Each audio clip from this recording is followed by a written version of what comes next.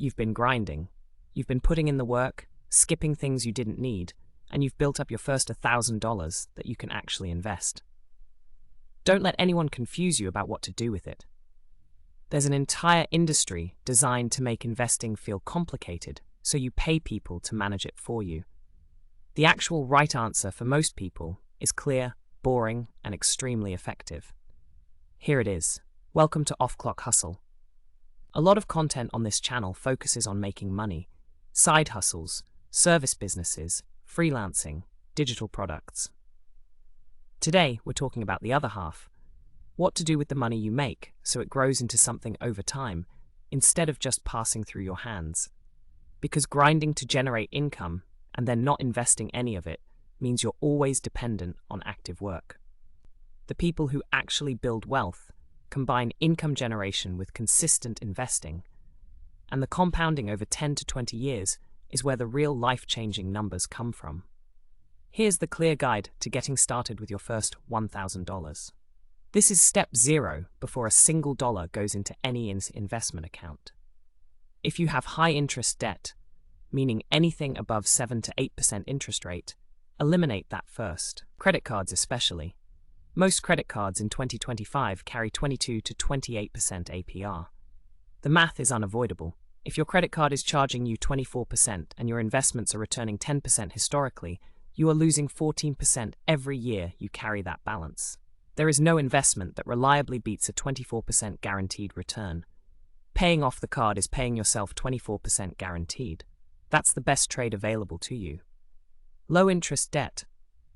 A mortgage, student loans under 5%, car loan under 4%, can generally coexist with investing because the interest cost is low enough that market returns beat it historically. High-interest consumer debt cannot coexist with investing. Kill it first. Before any money goes into the market, you need a financial safety net. 3 months of essential living expenses sitting in a liquid, accessible account. This is your emergency fund, and it protects your investments from the most common threat they face, you needing to sell at the worst possible time. Without an emergency fund, the next unexpected car repair, medical bill, or job gap forces you to pull money from investments. Markets don't care about your timing. They go down exactly when people are most stressed and most likely to need liquid cash. Selling investments during a down market to cover an emergency locks in losses and breaks the compounding cycle you're trying to build. High-yield savings accounts currently pay 4 to 5% APY, dramatically better than a traditional bank savings account earning 0.01%. Open one at Ally Bank, Marcus by Goldman Sachs, or SoFi. Park your 3-month emergency fund there. It earns real interest while staying accessible within a few business days. Then invest.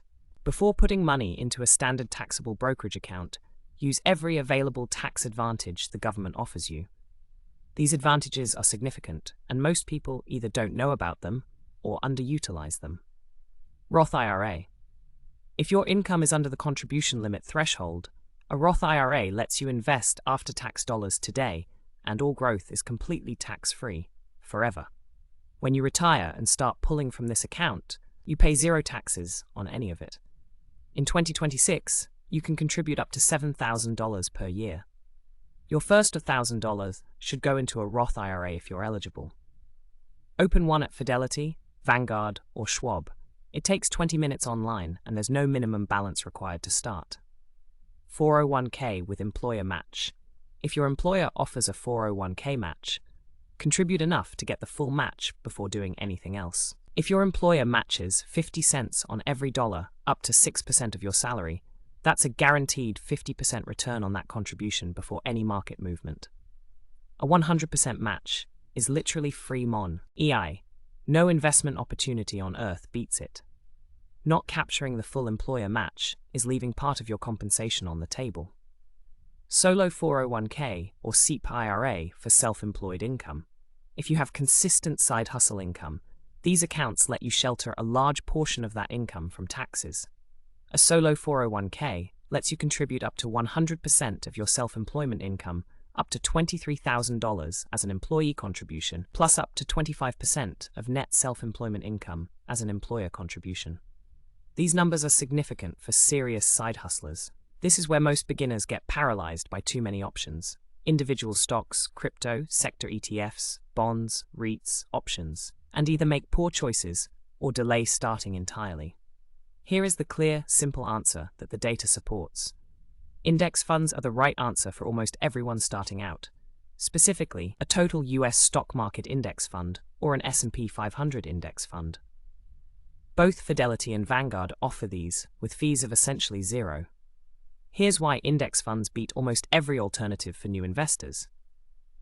Over any 20-year period in market history, more than 80% of actively managed mutual funds, run by professional investors with entire research teams working full-time, have underperformed simple index funds. Individual stock picking by people without professional research capabilities performs even worse. The evidence is overwhelming and decades long. Index funds give you ownership in hundreds or thousands of companies in a single purchase. When the economy grows, your index fund grows with it. When specific companies fail, others pick up the slack. It's built-in diversification, built-in compounding, and the lowest possible fees. Specific funds to know. Fidelity Zero Total Market Index Fund, 0% expense ratio, literally free to hold. Vanguard Total Stock Market ETF, 0.03% expense ratio. Any S&P 500 index fund at any major brokerage. Buy one of these. Set up automatic monthly contributions, even if it's $100 to $200 a month. Enable dividend reinvestment. Don't look at it daily. Don't panic sell when it drops. Just let it run. Let's make this concrete because the numbers are more powerful than most people realize until they see them. If you invest your first $1,000 today and then consistently add $200 per month from your side hustle income, which is very achievable for anyone bringing in an extra $500 or more per month, here's what happens at the historical US stock market average of approximately 10% annual return. After 5 years, roughly $16,500. After 10 years, roughly $43,000. After 20 years, roughly $152,000. After 30 years, roughly $452,000 from $200 per month. One modest side hustle applied consistently over a working lifetime. No investment genius required. No trying to pick winners. Just buying index funds every month and leaving them alone. The engine of this result is not the $200, it's the consistency and the time. Every year, you delay starting costs, you are compounding year at the end, which is the most expensive year because that's when the account balance is largest. Starting matters more than starting with a lot.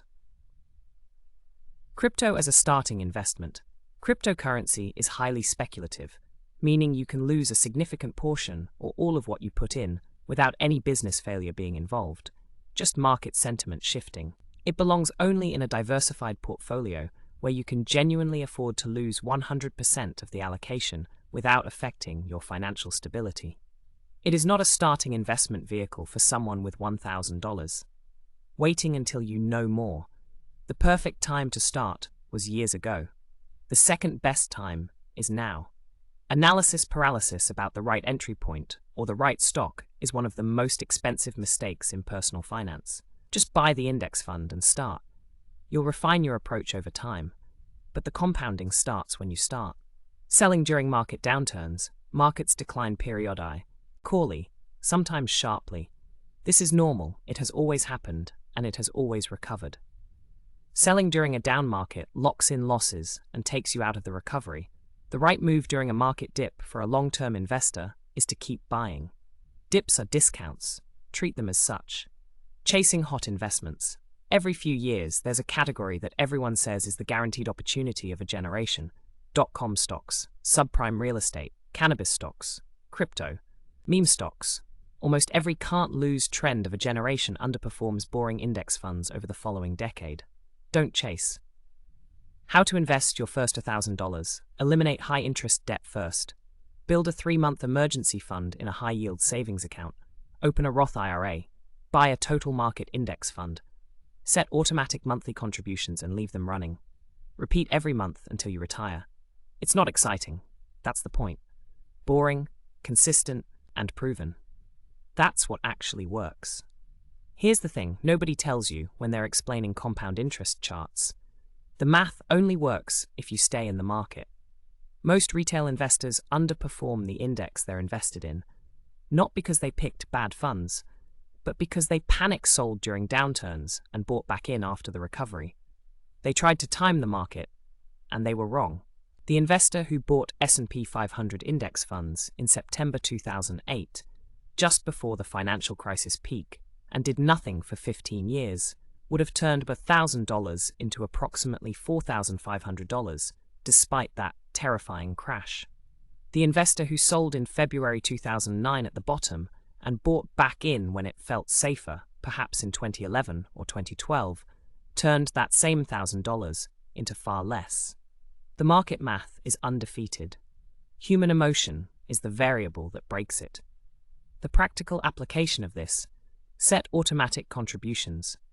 Make it so money moves from your checking account to your investment account without your involvement.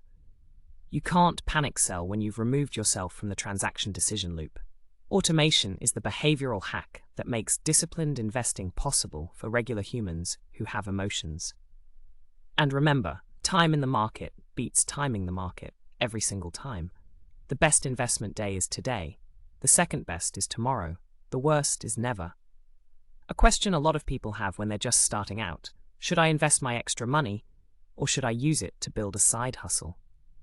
The honest answer depends on your situation. If you have zero savings and zero investments, build your emergency fund first. Having $3,000, $5,000 in a high-yield savings account changes everything about how you make decisions. You can take calculated risks, you can weather a bad month at work, you can fix the car without going into debt. That cushion is worth more than any investment return in the short term. If you have the emergency fund, start investing simultaneously with building income streams. The investment account operates without your attention once you set up automatic contributions. The side hustle requires your active time. You can do both. If you're considering using investment money to fund a side hustle, be careful. Investing has a defined risk profile. The market can go down, but it recovers over time. A side hustle has less predictable risk. Don't pull from your retirement accounts to fund a side project. The tax penalties alone make this a terrible financial decision in most cases. The ideal scenario: your day job covers your bills. Your side hustle generates extra capital. A portion of that extra capital goes into index fund investments automatically every month. Your emergency fund sits in HISA as a cushion. None of these compete with each other. They work simultaneously. Where are you in your investing journey? Just getting started, already going, or still building your first $1,000? Drop it in the comments. Subscribe for more content on making money and actually keeping it. See you next time. Script 029 Off Clock Hustle. Investing your first $1,000.